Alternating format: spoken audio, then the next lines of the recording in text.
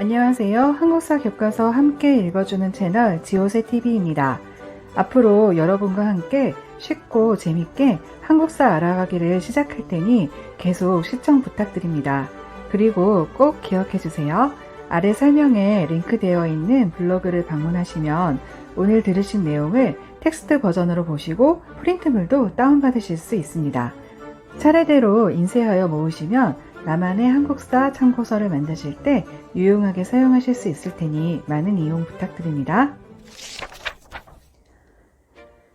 이번 시간은 7세기에 접어들면서 격변하는 동아시아의 국제 정세 속에 고구려, 백제, 신라 간의 사건과 그 전개 과정을 알아보겠습니다. 본격적인 통일전쟁 전, 그야말로 폭풍이 몰아치는 어지러운 상황 속에 점점 접어들면서 긴장감이 높아져 가던 당시 상황을 함께 살펴봅니다. 6세기 후반부터 동아시아 국제 질서는 크게 요동칩니다. 한반도에서는 진흥왕 시대의 신라가 한강 유역을 차지하고 삼국 간의 경쟁이 더욱 치열해졌고요. 중국에서는 수나라와 당나라가 차례로 통일을 이룩합니다. 이렇게 되면서 고구려와 백제는 북쪽의 돌궐, 바다 건너 외 이렇게 서로 연합하게 되고 신라는 중국 대륙의 당과 연합하게 되면서 6세기 말 동아시아는 고구려, 백제, 외, 돌궐이 연결된 남북 세력 그리고 신라와 수당이 연결된 동서 세력으로 구분됩니다. 고구려를 침략한 수와 당나라는 엄청난 군대를 동원해서 공격해왔지만 절대적 숫자의 열세에도 불구하고 고구려는 수당의 침략을 아주 잘 막아내면서 민족의 방파제 역할을 합니다. 고구려의 대외 항쟁에 관한 자세한 설명을 담은 관련 영상은 아래 설명란에 링크해 놓을 테니까 꼭 시청해 보세요.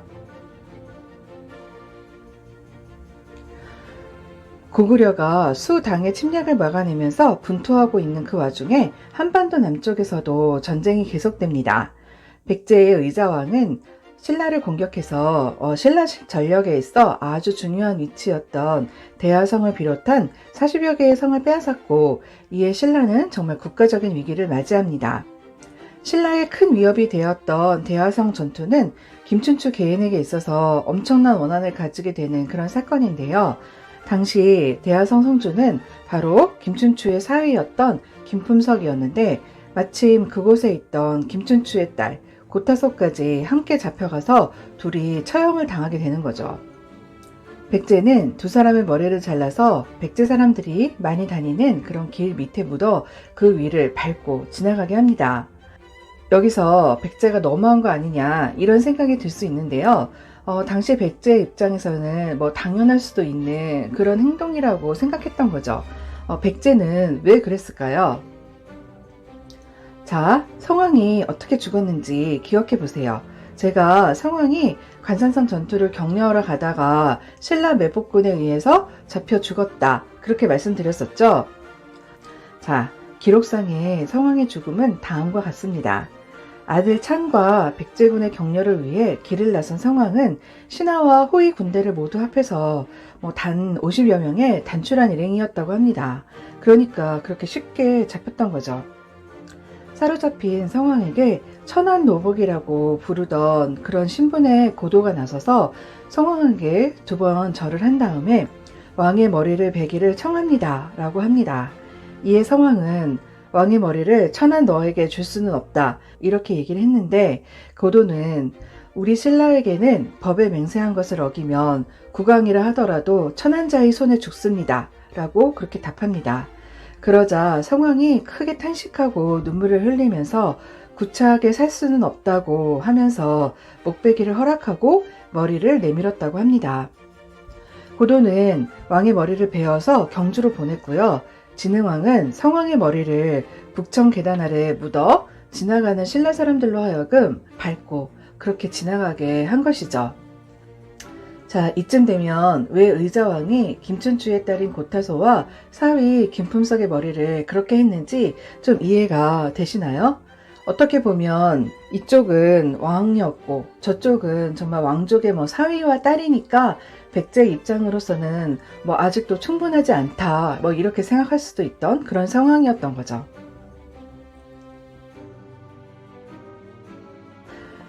하지만 이 소식을 들은 김춘추는 정말 이를 갑니다. 고타소는 김춘추가 아주 많이 사랑했던 그런 딸이었는데 삼국사기에 따르면 이 소식을 들은 김춘추는 하루 종일 기둥에 기대서서 한 번도 눈을 깜빡이지 않았고 사람이나 어떤 것이 앞을 지나가도 알아보지 못했다고 합니다. 한 번도 눈을 깜빡이지 않았다는 것은 과장된 이야기겠지만 그만큼 딸을 잃은 아픔과 그 충격이 너무 컸다는 그런 이야기인 거죠. 그리고 나서 처음으로 꺼낸 말이 내 살아있을 때 반드시 백제의 멸망을 보고 말 것이다 라고 합니다. 그리고 본격적으로 타도 백제를 외치면서 직접 군대를 요청하는 사신으로 그렇게 떠나는 모험을 감행하는 거죠. 자, 이런 배경을 뒤로하고 김춘추가 직접 나서서 외와 고구려에 도움을 요청합니다. 그러면 결과는 어떻게 되었을까요? 일단 결론부터 먼저 말씀드리면 모두 실패합니다. 왜 신분도 높고 수완도 좋았던 김춘추가 직접 나섰지만 결국 이 두 나라와 연합하는 것에 모두 실패했을까요? 일단 백제와 전통적인 우방국인 외는 지금 힘도 강해 보이고 친구인 백제를 외면하고서 새삼 신라와 연합할 이유가 거의 그렇게 크지 않았던 거죠. 그래서 결국 그 동맹을 요청한 것은 깨지고 말았는데 여기서 재밌는 기록이 하나 남아 있습니다. 일본 역사서인 일본서기에 기록되어 있는데 김춘추에 대해서 이제 기록을 하고 있는데 춘추는 용모가 아름답고 말을 잘하였다 라고 그렇게 기록되어 있으니까 그가 외인들이 보기에도 인물도 좋고 말도 잘한 아주 그런 사람이었던 것은 틀림없는 듯 합니다. 외와의 연합에 실패한 김춘추가 다음으로 찾은 곳은 고구려입니다. 하지만 영계소문의 중령 이북의 영토를 돌려달라 이런 요구를 들어줄 수도 없었고 심지어 이렇게 감옥에 갇히기도 하였지만 선도해라는 그런 관리가 찾아와서 김춘추의 토끼와 거북이의 간 이야기를 들려줍니다. 그래서 버뜩 이 김춘추는 그의 힌트를 얻어서요 영계소문을 만나서 저는 신라의 일개 신하라 제 마음대로 할 수는 없고 제가 신라로 돌아가서 왕께 말씀드려가지고 중령 이북 땅을 고구려에 돌려드리겠습니다 라고 이야기하여서 겨우 풀려나게 됩니다. 이제 김춘추가 최후로 찾아가는 곳은 바로 당나라입니다. 어린 시절을 수나라에서 보낸 김춘추는 그쪽 말을 잘했으니 설득력은 더 좋았을 것이고요. 마침 당시 당태종은 고구려 정복에 실패하고 그에 대한 미련을 버리지 못했던 그런 상황이었기 때문에 두 나라의 이해관계가 딱 맞아 떨어져서 동맹을 체결하게 된 거죠. 하지만 두 나라가 연맹을 맺은 다음에 바로 백제나 고구려를 공격한 것은 아닙니다. 당나라에서는 당태종 이세민이 곧 죽음을 맞이하고 당 고종이 되는 아들에게 절대 고구려와는 전쟁을 하지 말아라 하는 그런 유언을 남기면서 신신당부를 합니다. 그렇게 해서 언제 터질지 모르는 폭탄 같은 그런 긴장감을 아는 채 삼국의 시간은 계속 흘러갑니다.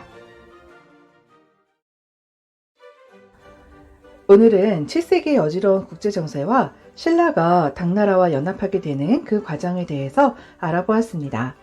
다음 시간은 나당연합군이 본격적으로 백제와 고구려의 전쟁을 벌이게 되는 그 시점부터 시작됩니다. 들으시고 도움이 되셨다면 좋아요와 구독, 공유 부탁드리고요. 하고 싶으신 말 또한 댓글로 남겨주시면 감사하겠습니다. 오늘도 시청해주셔서 감사합니다.